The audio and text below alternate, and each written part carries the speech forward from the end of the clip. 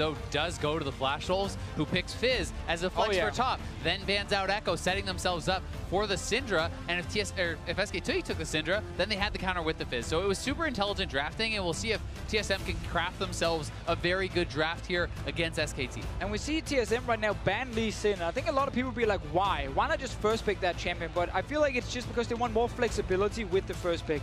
They don't want to be forced to take Lee Sin no matter what is left open otherwise, because then you know Peanut will grab it. It'll also be interesting to see if SKT is going to last ban the Ivern, which has been almost permanently banned against TSM. Those are kind of considered the two champions that Sven can play pretty well. Peanut has shown Ivern, so now does TSM feel the pressure to actually lock this in here and perhaps give over something like a Karma Ashe? I feel like you go Karma right now because you are not afraid of Peanut's Ivern. Like, you know, the guy looked awful on that one champion.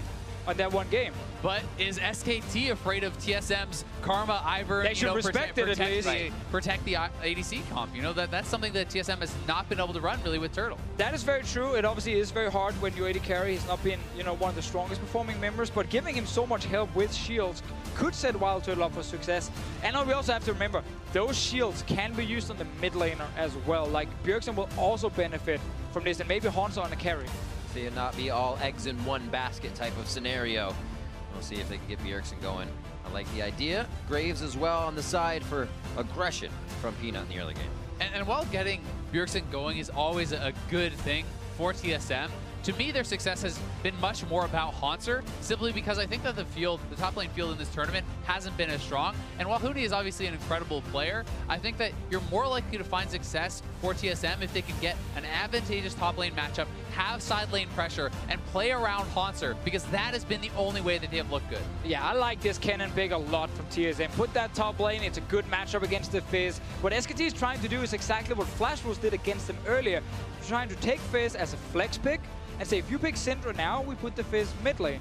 If you don't pick the Syndra, then we can always put Fizz top against whatever you're picking. But Kennen is a good matchup now for Hauntzer.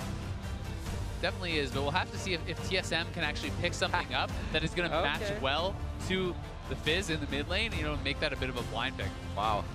A little denial of the Kennen ultimate coming in. Not that it's Hauntzer's main initiation in here, but a little safety in the Sona pick for Wolf. Sona is a bit of an old school counter to Karma. I actually saw Ashe use it as well against Karma in the play-ins. So it is something that's been around a little bit, but she's pretty far down the tier list simply because she's only used right now against Karma specifically. And she's also extremely easy to pick off. While she does have a very strong straight-up laning phase, it can be very tough for this champion to survive ganks, always very squishy, and you know, the ultimate is pretty much what you add for a team. Yeah, you can still obviously put the Karma mid lane, play support here. Zyra is an option. Otherwise, you just put the Karma bot lane and say, you know what, we're actually not that afraid of this lane. And this draft is actually getting so complicated because Karma could be flexed, the Fizz could be flexed. You have to think through so many different options here. You know, if TSM decides to put Karma mid on Bjergsen, then the Fizz can go top. They could try to put something else like a Talia, which I think matches up well and can roam well. So there's so many different thoughts you have to think through as far as where can the champions go and what matchups are we even striving for. Yeah, I think there's a good chance we could see Caitlyn from WildTurtle once again, with Ezreal being banned away. Like, you have the shields to protect him. Yes, okay, your mid game is not very strong, but you didn't say, you know what, if we get to 3 items, then we can actually start matching SKT. Consideration of SK Telecom T1 saying that could be Bjergsen's Hauntzer. We want to save Wolf on that Sona. Ban out the Thresh, no potential to kill him in the bottom lane. Yeah, and Biofrost is a pretty strong Thresh player, so you take away something like that hard pick and you make it a bit more of a safe lane, kind of a slower 2v2, because she is going to match up so well against Karma, as Deficio said. I like this Ashe pick though. Ashe is traditionally a very good laner against Caitlyn. Then you have the Sona against the Karma. So SKT is saying, we expect you to run the Caitlyn, we allow you to do it, but we're going to pick a very strong 2v2 lane against it.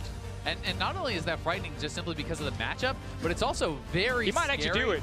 Because he might do it. I mean, if he does, I haven't seen him play Leona. I have the confidence that he could play Leona or something like an Alistar, which did receive buffs, but I'm still not expecting that because TSM has not had success with Bjergsen on these supportive mid laners. He's too important to their team composition, to their team fighting, that it has not really worked out. And I think this is what TSM is doing. If this was another team, perhaps they go that route. So the problem with picking Syndra here is it means Fizz will go mid lane. Huni gets to then get a pick up for top lane. He's taking the Galio that we just saw, you know, from the Gigabyte Marines. And it's once again that kind of pick where you're like, it's okay to lose the lane a little bit because I'm just going to add so much teamfight presence. It definitely is, and once again, it's a nice pairing because it's about the Fizz plus the Galio. The Fizz can easily enter the backline of the fight. If you get back there onto someone like the Syndra, the Galio is ulting in right away. Syndra can now not fight back because even if you use your Playful Trickster to enter the fight, traditionally the counter would then be you drop the Syndra ultimate right away, but you have a 50% damage reduction or 40%, I guess, at max rank coming in from Huni. Right.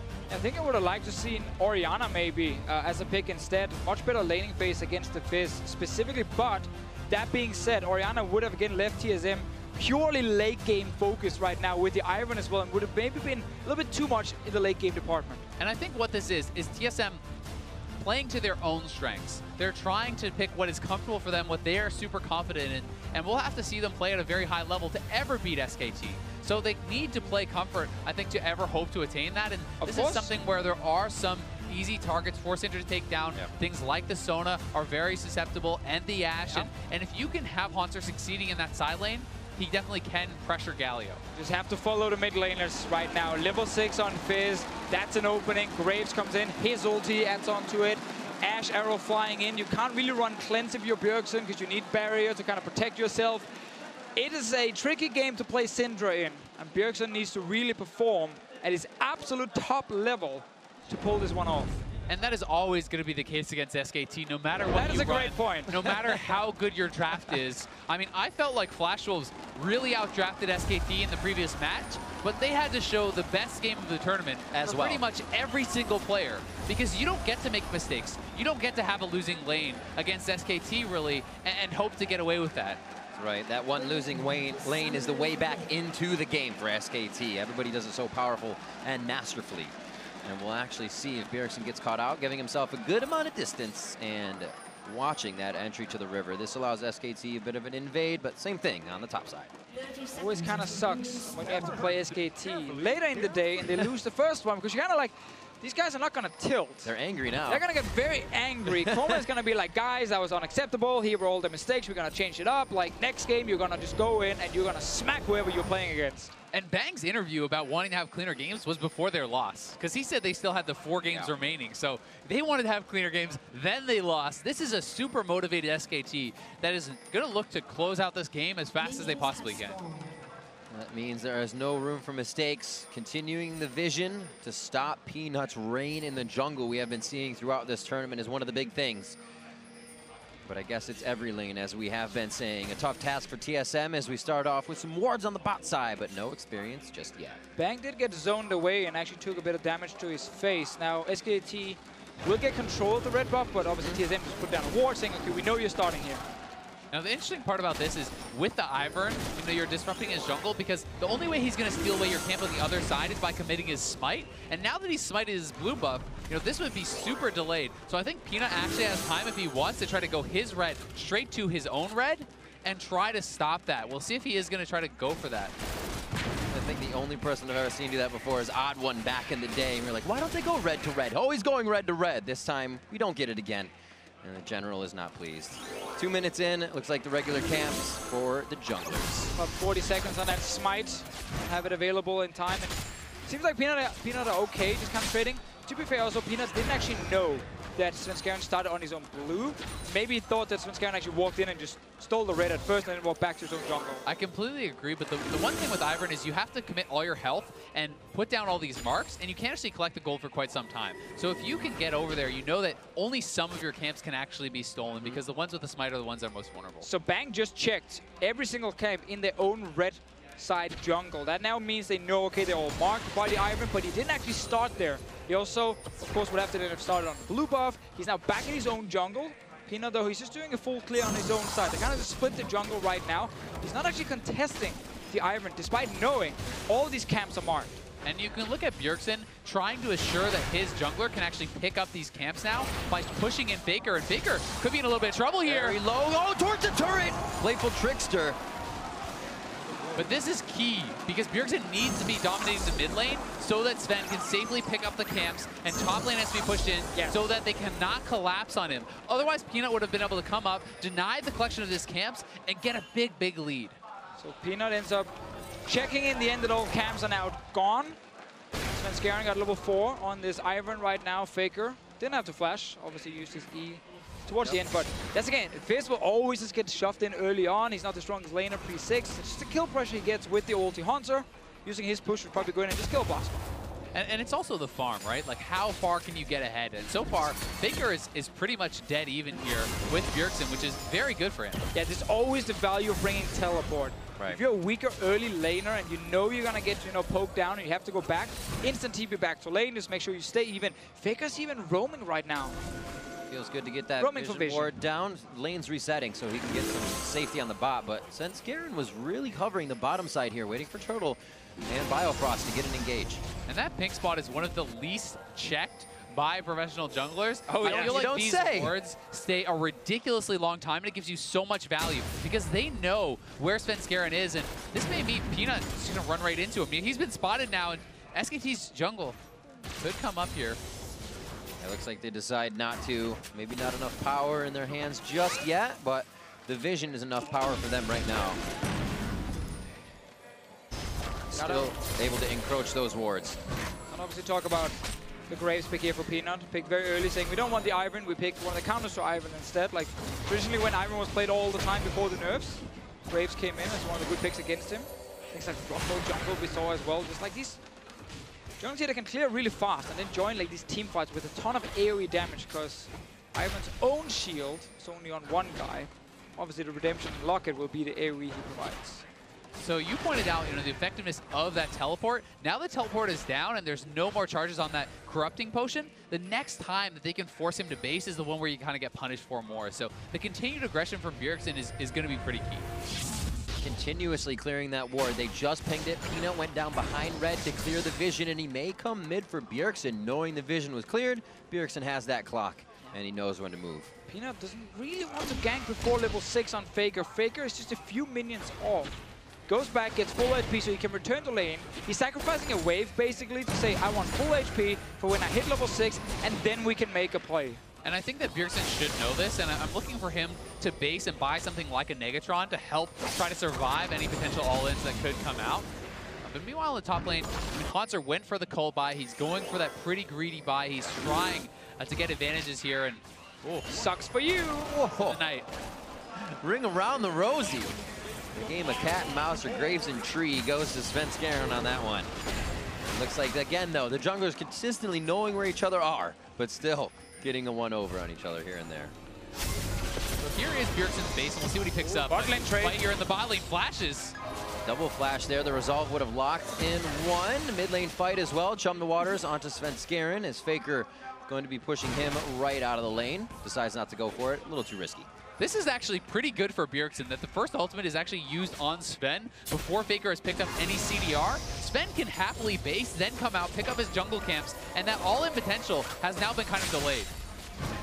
So, the 1v1 will be fine for Bjergsen for a moment, but what if we add in Huni? What if we add in Graves as well, which is what SKT might be looking to do, because that's the thing, once you hit that long-range fish from Faker, you're just jumping with the E as well, or the Q from Faker, and then you just Huni ulti right down. And which is why it's so important for Sven to be playing around the mid lane as he is, to always be in the back pocket here of Bjergsen, because he cannot survive that 3-man gank by himself. But with good positioning, and the Ivern to back him up, perhaps he can. That vision we saw from T2 in the last game on the top side to spot also the moves from Huni. Whenever he leaves that top lane, you have to just kind of call and see if you can maybe spot him on the way down, so Bjergsen knows a fight might happen. And the vision has been constantly getting cleared out by Peanut. Bjergsen has been dropping his wards around the top left side, but they're getting cleared out by the jungle pressure. Constantly coming in, threatening that out. It's like he's now placing them one in mid, knowing it won't be seen. They can use the vision. It hurts. Yeah. That is actually my favorite warding spot when I'm playing as well, because people just never, for whatever reason, never check that brush. It lasts so long. They already click somewhere else on the map, so the character just takes the fastest route around. Daisy's in the building. Looks like Peanut. One shot, two shot, three shot, knockup. They're going to have to walk out of this one. Looks like they get away with the buffs as well. Around the wards. That vision ward we're talking about as well was placed at 4 minutes down there by Faker.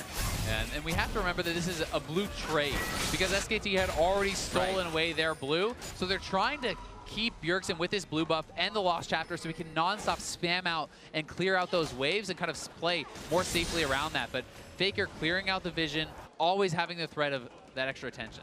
As long as Bjergsen has a tower as well, right behind him, stays a bit safer with the barrier. And of course now the early magic resist that you pointed out earlier, Azael, that he should get. Now, we also look at Turtle, because he used Flash earlier to try and go for that trade with Bang. Maybe thought Bang was going to step on a trap, and then he could try and win it. Level 6 Sona right now. Double TP coming up very soon as well.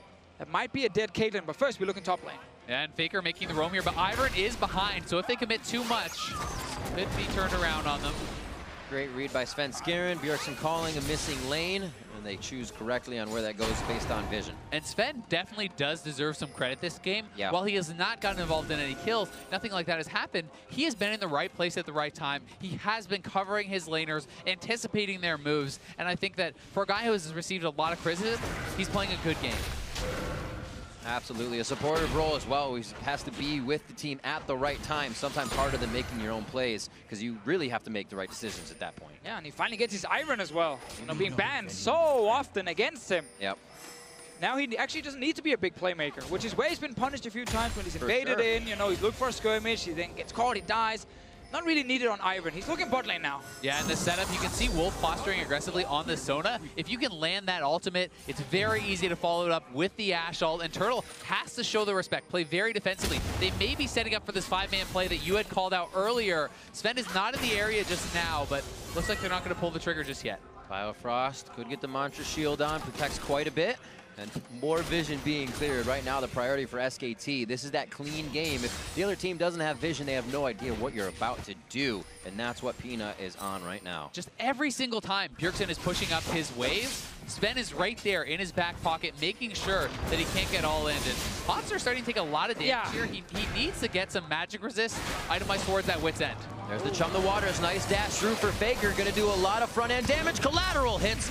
Not enough to tick him down, but this is 2 lanes out now for TSM. Oh, that's a lot of damage, but Bjergsen did not blow either summoner.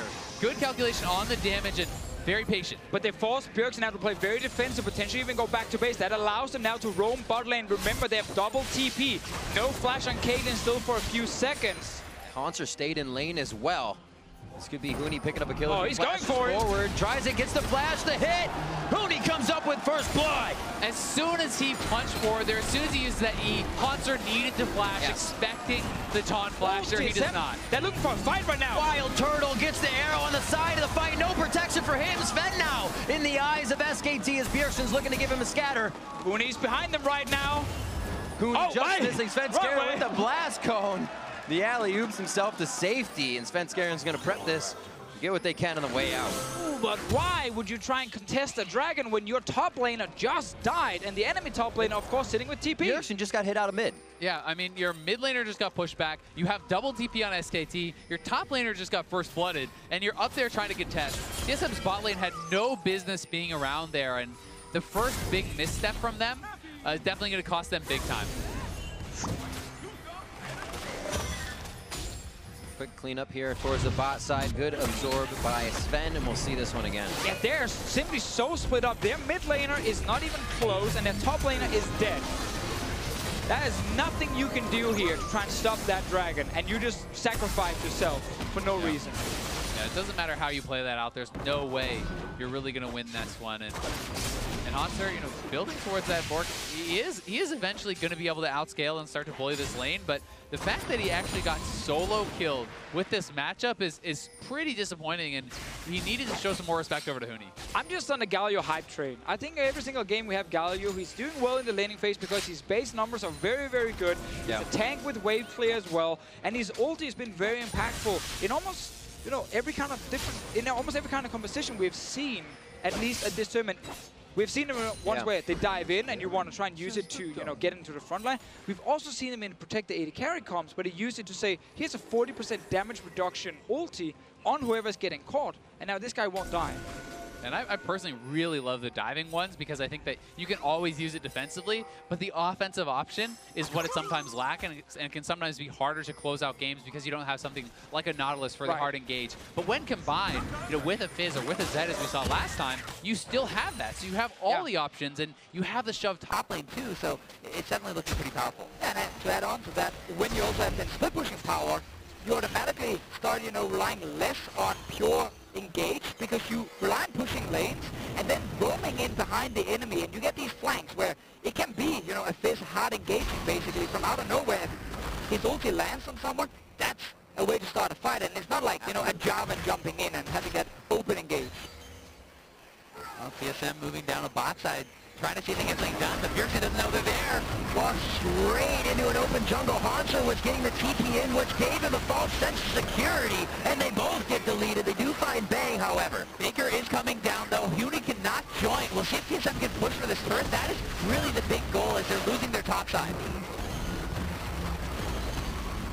The trades back and forth. Hauntzer makes it out. Teleport and flash down for him, but the play is made as he gets right up there. Top lane against Huni. Svenskeren getting hit up. Baker belts forward. He should have the damage even after the resolve locks down. He can go back into the fight, but it's Peanut flashing forward. Reloads the gun and looks for the hit on the Biofrost. Monster shield to save the team, but it's not enough as Baker closes the gap. Playful's back, and he's such a trickster to come up with a double kill. SKT get everything. They clean up TSM in the 3v4. They get solo gold on Huni in the top lane from that first turret, and they are off to the races. I actually like this play from TSM with the TP advantage, but because SKT already killed Bjergsen instantly, it becomes a 4v4, and now you're just overstaying. And Sven actually stepped onto that Fizz. He got tagged, but stood right there, lost so much health from it, and that prompted the engage there from SKT, so just posturing too aggressively. Yeah, also we have to remember it was an AD carry traded for mid laner before the fight, and AD carries at this point obviously not very strong compared to that level 11 Fizz from the mid lane. So Faker was happy taking that fight. He certainly was, and a lot of credit to that later play goes to SKT anticipating the roam down with the control ward. They hit the Ashe ult and the Sona ult onto Bjergsen, and they kill him before he can do anything. I mean, that turnaround was just beautiful. Again, they were under pressure. TP came in, it would be 5 members from TSM on the bottom side, but because they reacted so quickly killing Bjergsen, they just removed a lot of the threat. And that actually allowed them then to defend and then set up this next play. I think I said it was a 4v4 after, 3 before, obviously. Take stock of the fact that Huni was also able to get that solo in the top. They left it solo for Faker in the bottom when he took down the turret as well. So they are getting their lanes going in favor of Huni and Faker here. Now onto the Cloud Drake. They can speed around the map a little bit faster and just get under the skin of TSM a little bit more. TSM now is going to need some time, but it's going to be hard because, with this AD Kennen, if you can't get side lane priority, you really do not add a lot to the game.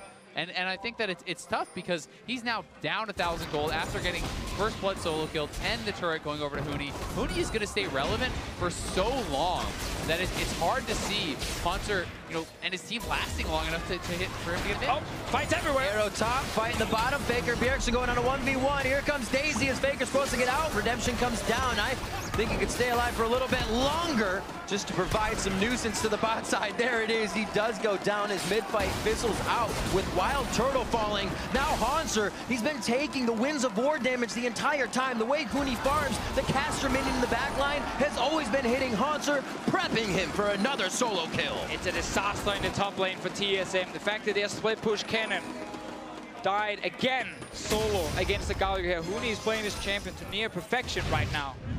He really is, and SKT is just looking too strong, and here's the fight in mid lane.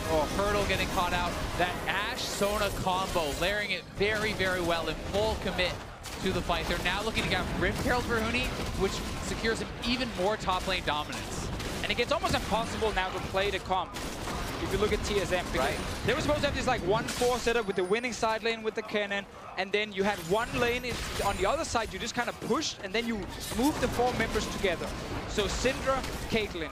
None of these champions really want to sit in a side lane against a Fizz. They want to just push the lane, leave, go mid, and then group as like a siege comp. You can't do that though when now your top laner is already losing, so that's a problem for you. He might actually die again. He doesn't have flash for another second or two. I think he is going to die. Huni with enough for about 4 or 5 heated up tower shots. Gets out with about 120 HP to his name. And they're just making it look so clean the way they want it to. TSM should finally get this turret down here, but I mean, they're just, it's not enough right now for them. And the focus, you know, adding insult to injury, Peanut is so fed and going up top and extending that lead is going to be so tough for them to come back. It is so hard to find ways to get enough gold on the Caitlyn that you're trying to protect with your Ivern Karma composition. Because right now, Caitlyn hits her weakest part, where she wants to farm, she wants to get her Infinity Edge, she even wants to get a third item before she can really start dealing damage to Huni. Like, Huni right now are already sitting on 154 armor. He's going to get an Iceborne Gauntlet, so that's going to be even more armor on top of that.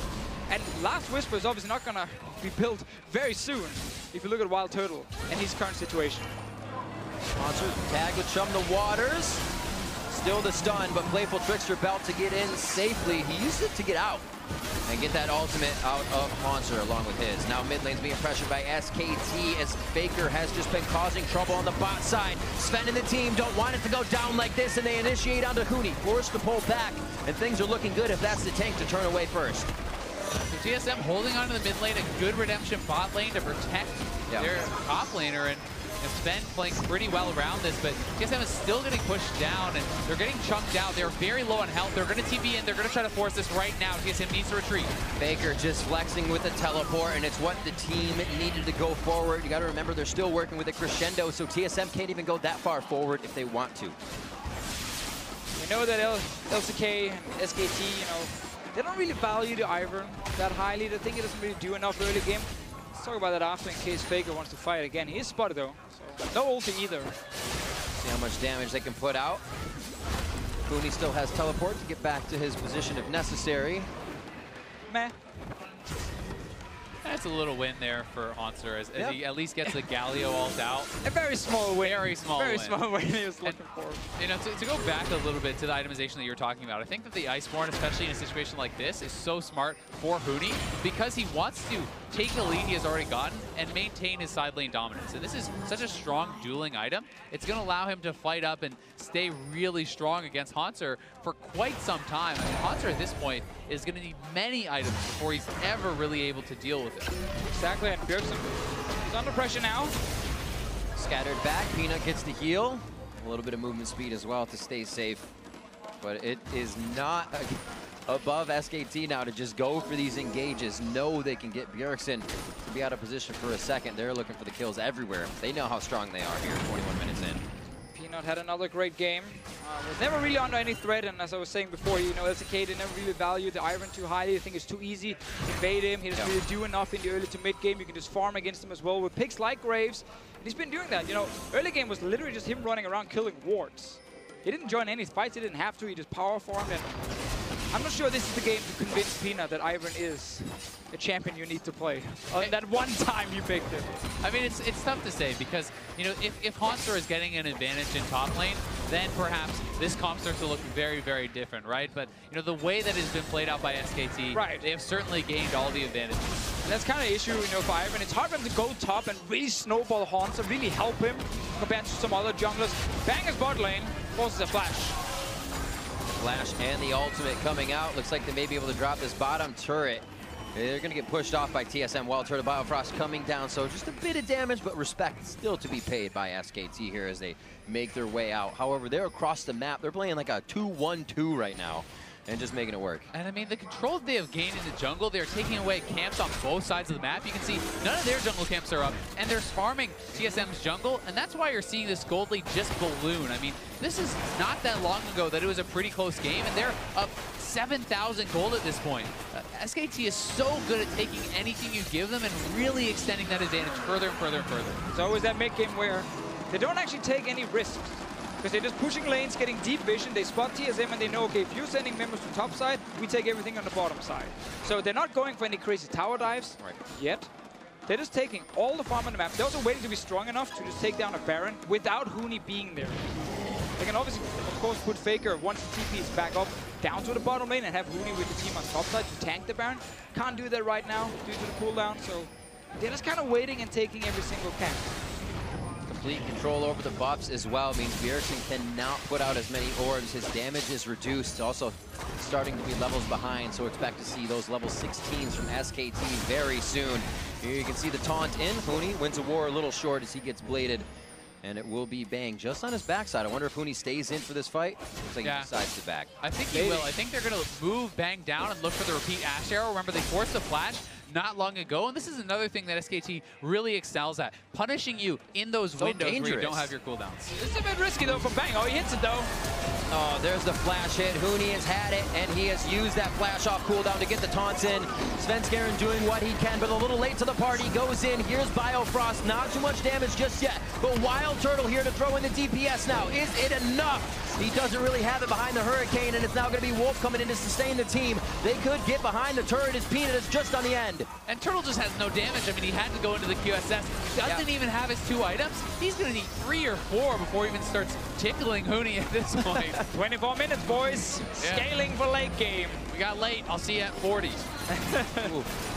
That play though from Bang, he actually, so when he roamed into the jungle, Peanut and Wolf, they were running for base. They were not even close. Faker's TP is still not ready. He was on the other side as well. Good thing though that Bang is pretty damn good at hitting the arrows, so they actually could kill Hauntzer through redemption and everything. That was the first risky play they pulled though in this mid game.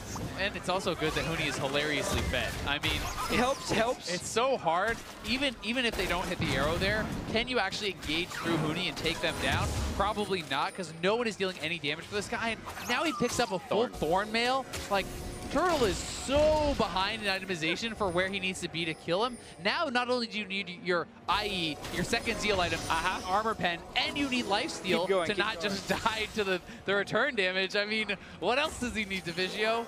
He needs his team to help him as well, trying to kill this Galio. Probably a remake would help him at this point. Huni is at 327 armor. Look at this guy. As we go down, we'll see. Ooh, not matter that there is a turret there. I know, you can see right now, if you look at the minimap, Caitlyn Karma will join first. We don't actually want to see the rest because no one died. Luxury items for Huni with 327 armor, 25 minutes into the game. Not what you want to hear as an AD carry. It's been some rough games, I feel like, for the AD carries. Last game as well, as Sven is getting dove by like everything. Yeah, this one's rough, but kind of in a different way. And we'll see if they can ever kill Huni. I don't think so, because the rest of SKT is coming down, and TP coming in from Faker. Huni right now is just a prep for the rest of the team. He says, all right, I've absorbed the ultimates. Let's take it home. They're going to be on to Hauntzer. Huni very, very low, but Faker goes to the front with Azan. That's going to be Huni down, but there goes Svenskeren, and a lot of the summoner spells are down for each team. It's how they use the abilities now. Cooldown's coming back up, and it looks like SKT feels like it's a bit too dangerous. The raid boss is down, but they can't handle phase 2 just yet, so we'll see. Wipe it. Discuss the tactics. Figure out what we do.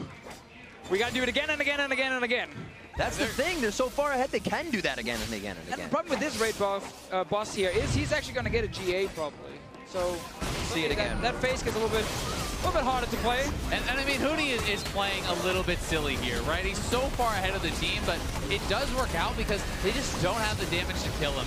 Even diving the turrets this early on, SKT has the confidence that they can at least go even in this fight. Actually, nice stun on Faker as well. He didn't really get to do a whole lot in the fight, but the trade 1-for-1. Small win for TSM. I don't think it bothers SKT. I think those moments for SKT just let them know that, hey, there's still mistakes to be made. We just won't do that again. Yeah. Easy correction. Let's take the Baron. Buffer ball these minions once again. That decision making also makes it hard for TSM. They have to find these fights. They have a single target hit from Bjergsen. It's hard for Hauntzer to get in now, even past Huni, as we've been talking about. It's about SKT kind of making those mistakes now. It really is, because TSM has to maintain vision control around Baron, but there's so many ways to engage for SKT, and they're so strong and so far ahead that if you ever get caught out, the fight is already lost. So, you know, it's a battle between how far forward can you go and how far back can you let your vision be pushed. You can see the separation of just levels in the fights. 16 for Huni and Faker, 15 Bjergsen and Hauntzer. That's quite a bit of damage there to be had, or resistances if in Huni's case. We actually often see teams either try to like create like a little death rush and get one kill, to just delay the game further. Yeah. Or potentially even just surrender the Baron. To say, like, it's actually too dangerous if we face check. Bang his bot lane again to try and gank for his carry. Cannon wave, next one's pretty far away. Looks like they're just going to call Hauntzer's attention here to see if they can get any of the rotations they want. Mid lane's going to be pressured and pushed. 15 on Infernal. And they're kind of waiting for TSM to make a move that probably just gives SKT a really nice Baron or that Dragon very easy. They are, and it's like Peanut's so fed that Bang has said, all right, you're the AD carry now, I'll be the jungler, I'll gank the lanes, don't worry about it. Maybe pick up a sight stone a little bit later. Let's see where they go. The decision has been working so far. Scrying orbs forward to make sure they have that vision on the bot side. If it is, Bang to be down there with Huni. Infernal first. And we'll see TSM start to make a move. They say this is our chance for pressure and vision. Let's get it around Baron so we can at least jockey for that. Again, a game like this is just like one of my favorite things about SKT and how stacked the lineup is. Now, if you don't feel like carrying today, I'm sure someone else, you know, to the left and to the right will just like say, fine, I'll do it. It's a bit of the discussion we had when we saw Peanut on Ivern. Somebody can sit back and somebody else from the team steps up. It's actually something Huni also talked a lot about when he joined SKT, just how like in the West, there's a lot of pressure on the Koreans because when the team is not winning, everyone looks to the Korean and says, why don't you carry us? Like, you play a carry and you try and win your lane and then we see if that's enough. That pressure is no longer on him at all. That's why he can start playing the tanks because, again, you rely on Faker, Bang, Peanut, whoever it is to kind of be the big carry in one of these games. And this game, it was Huni and, of course, Peanut, as we've seen so often. They're looking for Baron now. And TSM needs to find something here. Let's see if they can, though. Beautiful fish. Oh, double hit. Bjergsen, so many heals, so many shields. How is he still alive? It's Huni going in, and the taunt may just be the end. He finally falls after just about everything is used. Can SKT continue the fight on to Svenskeren? Yes, they can. Hauntzer now retreating to the base. The wave's not really in position, but the Baron, very much so. Huni got in the backline here. The raid boss refuses to die this time around. Peanut almost went down at the start of the fight, but he got out, and then it was just a quick turnaround for SKT to back at the Baron. And that is the gold lead working for you. When you're that strong, you can take those fights. You can edge out those little differences, and SKT are going to knock down the Baron, and they will have a death hold on this game. Patience, patience, patience. Waiting around Baron, going to Dragon, move TSM into that area SKT wanted, and they were able to find the fight with vision. 13-3 now, 30 minutes in, Baron for SKT. Simply means TSM, if they lose this game, will move to 3-5. The same we have G2 sitting on, Giga by Marines, Flash Wolves, Hauntzer might die. That's the crescendo. Playing the final bits of music, Hauntzer still able to stay alive. He's not listening to what SKT is playing. And they're going to try and keep this one in their favor. A good push from Hauntzer in mid has slowed things down, and TSM get a bit of breathing room. They're going to try, but it sounded like Wolf is playing the ending credits. Yeah. Because TSM is pretty far down in this one. And SKT have all the tools. Believe in the late game, Azael. Believe in the late game. Scaling. All right. Everything on to Bjergsen. It's chunked down. Huni's not even in fight yet. There we go. He joins now. Peanut almost goes down, but it doesn't matter at this point because the damage is simply not there. They're barely hitting Huni. And look at WildTurtle's health. That's just from hitting Thornmail. He's not actually getting focused in this fight. He's just losing so much health to the return damage from that Thornmail. And until you have lifesteal on top of your armor 10, on top of your crit, you actually can't even survive just hitting this guy. I feel like we keep adding more items to WildTurtle whenever we talk about what it is he actually needs. Last Whisper is ready for him, so that's a small win, at least. You might need a Blade as well. Yeah, I think Blade of Rim King is a pretty strong item against Galio like this, but they need to hold on for now. The Baron is up, and Hauntzer may get it picked off. Right under the turret. It's not even going to matter here. Looks like he did. Going to keep himself alive. Very nicely done. Sven has actually been so good with the redemptions. I have to give him credit for that. The cross-map redemptions, always on time with those. He has been saving his teammate, but they are getting crushed on all sides. This is where SKT starts to bite down, try for damage onto Bang. They have to get out of the heroic charge, or entrance rather, and that's the kill over onto Svenskeren. They're trying to assist the team from lane to lane, but gets caught out in the rotation. Bjergsen now toying with Hauntzer on the top side before Peanut can come down to crush the turret. And Wolf always there on the backside to sustain and move back to the other lane. Be back down in the bottom lane for Split, pushing all game long and only joined when his team called for him for a potential fight. Signal up in the skies, and Huni will show up. It has been fantastic play from all the lanes here on the side of SKT, saying they wanted to clean things up. This one looked pretty squeaky clean up and towards a bit of the end here, and they look to put the final touches on the last inhibitor turret, and the inhibitor now in their eyes. And TSM knows they have to make a play here. They're going to go for a desperation fight. It's the bang kill that they were looking for. Crescendo went out, a little bit of a miss on that. Wolf goes down now. This is how we saw G2 taking a hit in the last game. But the damage that Huni can do, the damage that Peanut is providing from that back line is now all on the front line. And Faker hops in now onto Hauntzer, running for the base is WildTurtle. Rather, Svenskeren as he just spawned, I should say. And now it is SKT onto the Nexus turret. After Ivern, they're going to cut down the tree. Not long for this world. And the triple kill coming in for Faker as they're on the Nexus turret. They're gonna get it all. Look like TSM could get a few kills, but then a quick turnaround from SKT. 19-5, 34 minutes in. SKT from lane to lane, bringing the pain. And 7-1 now in the MSI group stage. And you gotta say, it started in the top lane for SKT. What a game from Huni. People talk about him playing tanks now, but he carried on this tank. He carried from the top lane. That's such a good game. And as soon as Hauntzer was shut down here for TSM, they lost almost all their options. Another day at the office. Now take a moment, Riv. Breathe it all in. Breathe in that SKT. A day where you didn't lose a game, though. So a little bit of an unusual day for SKT. Did turn around in the end, though, get the 1-for-1, and they're obviously sitting there #1 in the group. We're looking at every other team, basically, because we're still so close, like between TSM, G2, Flash Wolves, Gigabyte Marines, and even WE, despite them picking up a few games here and there, they're not too far away from the rest. What a matchup as SKT shows strong once again. We are going to set it over to the analysts for a deeper dive into that game. Thank you very much, gentlemen. SKT not going to dwell over their loss from earlier today for too long, striking back with another victory to go to 7-1 at the end of day 4 for this squad. So again, showing why they are the best team in the world, able to keep their composure, kind of recollect their thoughts and come back in with a well thought out strategy and execute on the game plan. A pretty straightforward win, you know. A lot of the verbiage you're using is pretty standard because it felt standard. After a loss to Flash Wolves, we didn't really know what SKT we would see. Remember, SKT, sure, they lost 10 games in the regular season, but it's a different SKT. It feels like a lot of the narrative around SKT is as if they're the same team in the past 3 years. And of course, only Faker and Coma are the members that still stand around at that point.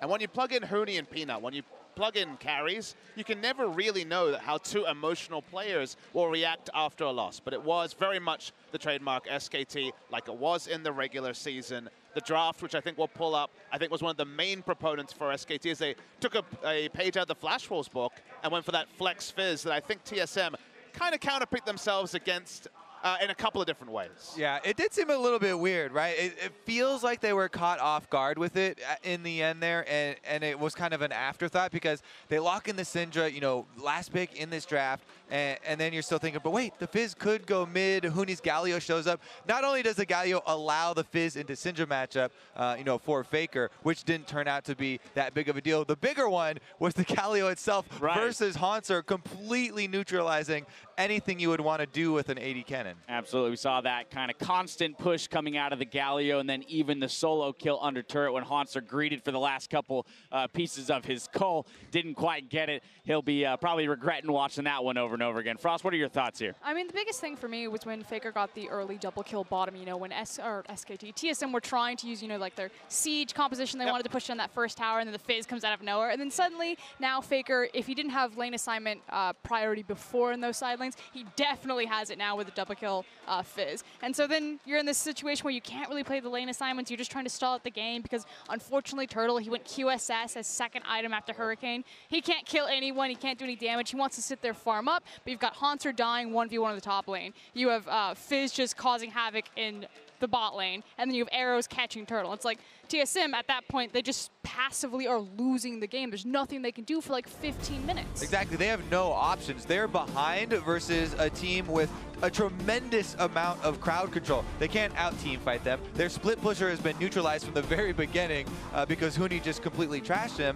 and there are just no options left at that point to get back into the game. And the Galio, the highest damage in the game, building a ton of armor. We heard Riv quote it midway through the game, 327 armor on that Galio. The Thornmail doing half the work for him. Huni had 4 completed items where Turtle had 2.5. He basically had his Hurricane up, he finally then had his Infinity Edge, and then he had just barely the makings of a Last Whisper. And you guys caught it well. The counter pick in mid lane didn't actually contribute too much. Actually, it was a really clean laning phase by Bjergsen, a bad matchup. The Sona, which we didn't even talk about, versus Sona in competitive play, at least in a major region in quite a while, at an international event as well. I was actually on the analyst desk with Aframu at All-Star, and he was like, Sona's really good in Takarma, and I saw him tweeting about it as well, so he was very much watching that. So cool to see Wolf back on his original pick, back when it was Wolf on Najin Sword, on SKT T1S. He loved to play the Sona, brought it back after a few years. Still looked good. Kobe, what are your thoughts on the TSM that we've seen so far this entire group stage? So from start to finish, because we've seen highs, we've seen lows.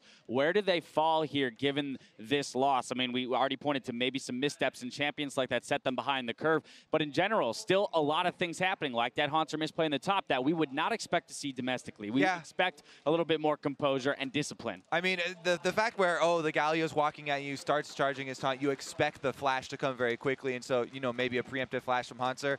You know, there are some little mistakes like that, but overall, I can't draw too many conclusions from a loss to SKT like this, especially considering the draft as well. All right, well, we're going to have to take a quick break. When we come back, though, it's the final game of the day, the Flash Wolves versus Team WE. The 2017 Midseason Invitational continues after this.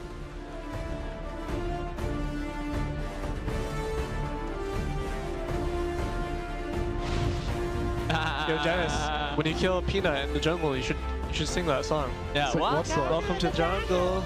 Oh, he's going for it. Forward, tries it, gets the flash, the hit. Huni comes up with first blood. Svenskeren getting hit up. Faker belts forward. He should have the damage even after the resolve blocks down. He can go back into the fight, but it's Peanut. It's Huni going into the taunt. May just be the end. He finally falls after just about everything is used. Can SKT continue the fight on to Svenskeren? Yes, they can. Hauntzer now retreating to the base. But the damage that Huni can do, the damage that Peanut is providing from that back line is now all on the front line. And Faker hops in now onto Hauntzer. Running for the base is WildTurtle. 19-5, 34 minutes in. SKT from lane to lane, bringing the pain. And 7-1 now in the MSI group stage.